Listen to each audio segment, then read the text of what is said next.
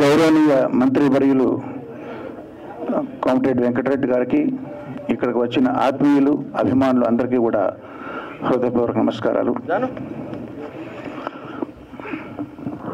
దాదాపు 2.5 సంవత్సరాల క్రితం పాటని ఆయుధంగా మలిచిన యోధుడు, వాగ్గేయకారుడు, మహామనిషి గద్దరన్న నా కోసం వచ్చి స్వయంగా, తమ్ముడు నేను ఒక పాట కంపోజ్ చేశాను, దానికి నువ్వు ఆర్కెస్ట్రేషన్ చేసి పెట్టాలి, ఎందుకంటే నీ ఆర్కెస్ట్రేషన్ నాకు చాలా ఇష్టం అని ఆయన అడగగానే ఒప్పుకుని ఈ పాట బానిసలాల 2 అనే పాటకి సంగీతం చేయడం ద్వారా పరిచయం వ్యక్తులు బొమ్మాకు మురళి, ఆయన సామ్రాజ్యం. అక్కడికి వెళ్ళి ఆ సందర్భంగా ఆయనకు ఆర్ఎఫ్సి అంత పెద్దది కాదు కానీ ఆయనకంటూ ఫిల్మ్ సిటీ ఉంది బోడుపల్లిలో.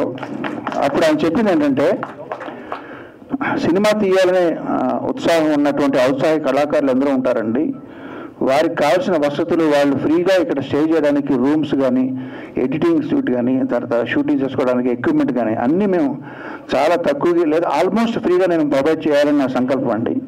ఎందుకంటే నేను అట్లా వచ్చిన వాడిని కాబట్టి అని నాకు చెప్పారు. నాకు చెప్పిన విధానం బాగా నచ్చింది.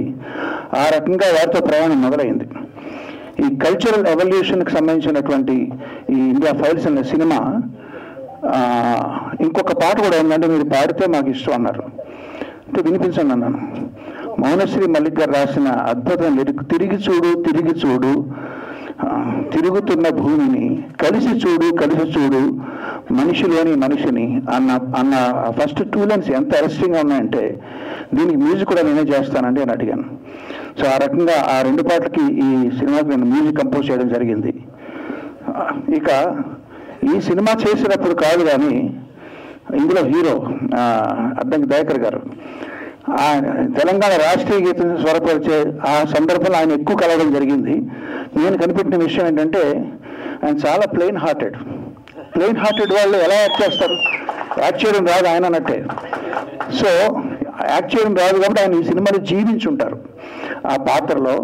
So all the best Dayakar గారు, మీకు ఈ సినిమా మంచి పేరు తెచ్చిపెట్టాలి అనే అభిమానంతో నేను చెప్తున్నాను.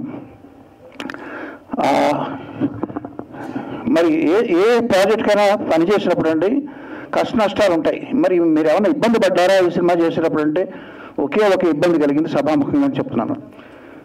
ఈ పాట రికార్డ్ చేయడానికి మేము చెన్నై వెళ్ళేటప్పుడు నేను, మురళి గారు, ఎగ్జిక్యూటివ్ ప్రొడ్యూసర్ కనకదుర్గ మేము వెళ్ళేటప్పుడు ఫ్లైట్ టేకాఫ్ అయిన వెంటనే కనకదుర్గ గారు ఒక పెద్ద మూట ఓపెన్ చేశారు. దాంట్లో జంతికలు, కారపూస, జిలేబీలు, ఏంటో స్వగృహ ఫ్రూట్స్ ఈ పుల్లారెడ్డి స్వీట్స్ అన్న షాప్ అంతా కొని తెచ్చిపెట్టి ఓపెన్ చేస్తే ఫ్లైట్లో ఉన్న జనం అందరూ మమ్మల్ని చూడడం మొదలెట్టారు ఆ స్మెల్కి, ఆ గుమ్మలకి. సో చాలా ఇబ్బంది పడ్డాను దుర్గ గారు. సో మళ్ళీ అట్లాంటి పనులు చేయకండి, ఎందుకంటే ఫ్లైట్లో మనం ఏం తినాలన్నా తాగాలన్నా వాళ్ళే ఇస్తారు కాబట్టి మనం సైలెంట్ అయిపోవడం బెటర్. చాలా చక్కటి ఎక్స్పీరియన్స్ అండి. బొమ్మాకు మురళి గారితో జర్నీ అన్నది ఒక ఫ్యామిలీ ఫ్రెండ్తో కలిసిమెలిసి పనిచేసినట్టు అనిపించింది నాకు. ఆల్ ది బెస్ట్ మురళి గారు. ఈ కార్యక్రమానికి వచ్చిన పెద్దలందరికీ కూడా నా శుభాభినందనలు. థ్యాంక్స్ అండి.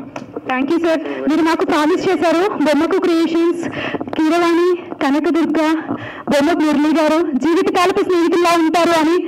ఇది నిజంగా మీరు మనస్ఫూర్తిగా అన్నారు. ఉండాలి ఉంటారు మా బొమ్మకు క్రియేషన్స్ తోడు ఎప్పటికీ అని అనుకుంటున్నాం. Thank you so much sir. Thank you so very much sir. ఇప్పుడు